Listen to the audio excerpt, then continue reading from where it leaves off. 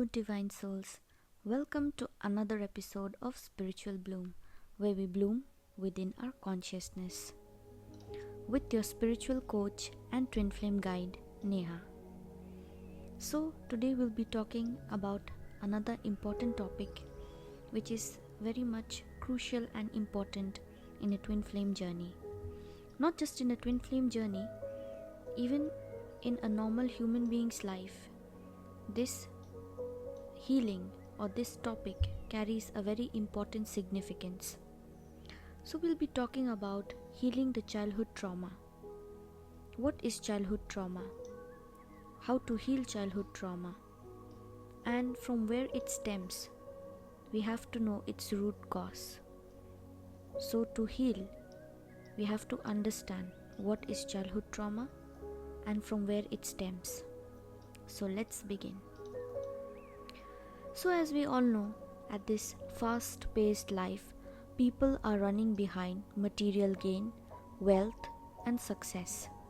Many people don't even understand the importance of making their inner child happy. Some don't even know how important it is to keep their inner child happy.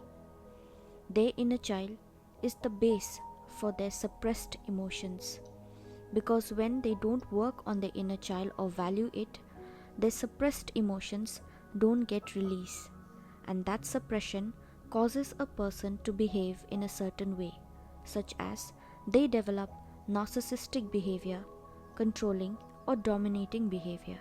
Sometimes they even become selfish and self-centered. A certain kind of personality development occurs when a person has some kind of childhood trauma, and those personality traits are not positive ones. So first, let's understand what is childhood trauma. Everybody talks about childhood trauma, not knowing what is actually childhood trauma. So childhood trauma, it is a trauma which takes place due to our childhood experiences basically, which impacts our mind. Not just mind, it impacts us psychologically and emotionally. Sometimes these symptoms or these traumas, when they are suppressed and you don't heal them, it shows up in your physical bodies too when you grow up as an adult. So these are rough and harsh experiences which appears from an unhealthy, toxic environment. So the child is convinced to believe in certain patterns or toxic parenting dynamics. Childhood traumas are usually when a child has one missing parent or both, due to the parents being careless and not emotionally available or supporting the child. Sometimes when the family is going through disturbing scenarios such as an alcoholic parent, or where one parent abuses the other physically, verbally, or mentally, or in another case when a parent abandons the family and they go through struggle, hardships, and financial crisis, which makes the child carry responsibility at a very young age. Since the child has to go earn a living and lead the family at a very young age, he starts living in survival mode, which makes the child extremely logical, strict, aloof, and by the time he becomes an adult, the child does not understand the value of showing love and affection, and often feels that expressing love is burden, especially expressing love in physical form, being affectionate. They feel it as if it is a burden and is not normal. Sometimes they even feel shy and uncomfortable when someone tries to display public affection. This happens when the child grew up seeing his parents or her parents. Here I am referring to his, that does not mean that it cannot be a female. Irrespective of gender, it applies to both. So when a child grows up seeing his parents living under one roof but without affection, like in the older times, they used to live under one roof, but because of the fear that society is going to judge them if they separate, or when the wife is a housewife or a homemaker and does not have enough financial freedom or financial independence, she is scared to abandon her husband. So, in that scenario, she settles for less, she stays with the child and tolerates whatever the husband is putting her through. And that is what the child observes and sees and thinks that that is the perfect family or perfect marriage or a family life should be, not knowing that his mother has been put through things. Even if he is aware or she is aware that the mother has been put through things, he or she thinks that it is the society and they are living because of the society, and that is why their parents are, even if they are not happy, they are living under one roof, and that is what family is all about. And that is the biggest misconception which a child carries from a very young age, which leads to him or her becoming a very indifferent person, not understanding emotions, suppressing emotions, running away from emotions, and being scared to show emotions or fearing of being loved. So, that child observes very closely how his parents had a relation within their marriage. So, what happens? That child learns and accepts that love is surviving under one roof, even if that survival feels lonely and toxic. These are exactly the children who grow up to be controlling, dominating, and narcissist, especially in love partnerships and marriages. They have seen their parents not being affectionate with one another, so they also apply that into their lives later when they grow up, which leads to broken home and divorce. We can see it in today's time, which is very much common. People are in live-in relationships, yet they are not committing to each other. People are in marriages, yet after few years the marriage breaks apart. That happens because one of the partner or sometimes both are emotionally immature.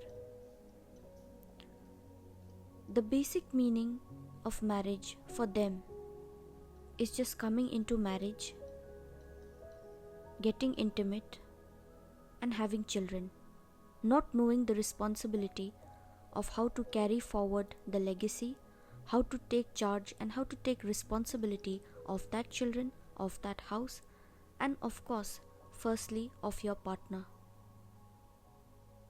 Because these things are not taught in school. Nobody teaches them, nobody talks about them, not even in the household dynamic, nobody wants to talk about it.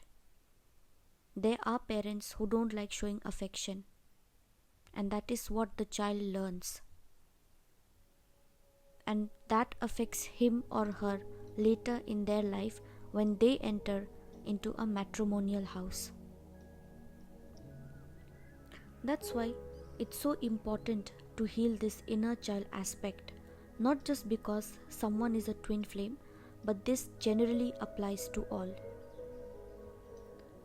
In the twin flame journey, both the divine masculine and the divine feminine, they go through childhood traumas.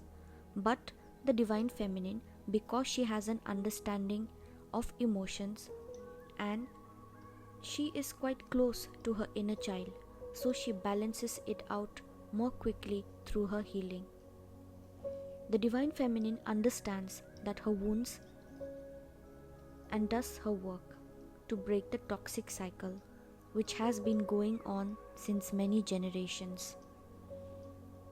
And she does not want to put that burden on the upcoming generation.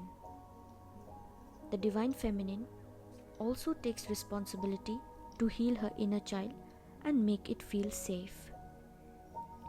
Unless her inner child feels safe, the divine feminine will always be surviving in fear, guilt, shame, and in some cases, blaming parents and people around for her failure or for a sad life or for any kind of trauma that she has been going through. Whereas on the other hand, the divine masculine does not know or even realize that they need to come into alignment with their inner child and also fail to acknowledge their toxic traits. During the awakening process, in his twin flame journey, when the divine masculine meets his divine feminine, he later realizes his flaws and that his personality is not a normal one but is cold, detached, less affectionate and controlling because of his childhood wounds. These wounds resurfaces in his life during the journey, unless he is ready to learn from it and work on it. Healing your inner child is not a cakewalk. It requires patience and self-love. You must connect to your inner child in order to heal your inner child wounds. The most important factor in healing this is to keep the child within you alive. Healing childhood trauma is a step-by-step process and cannot be covered in one video. It needs deep understanding before starting a healing journey. If you really want to learn about childhood trauma and want to heal yourself, you can book a personal guidance with me. Healing your childhood wound is equally important for you to ascend and to come into union. Childhood trauma healing is not just for twin flame journey, but even any other individual who faces a lot of issues due to emotions, communication problem, or abandonment. Even they need healing in this area of their life. So my dear friends, healing your inner child is a very important step in any spiritual journey because the child within you requires you. That child sees hope in you.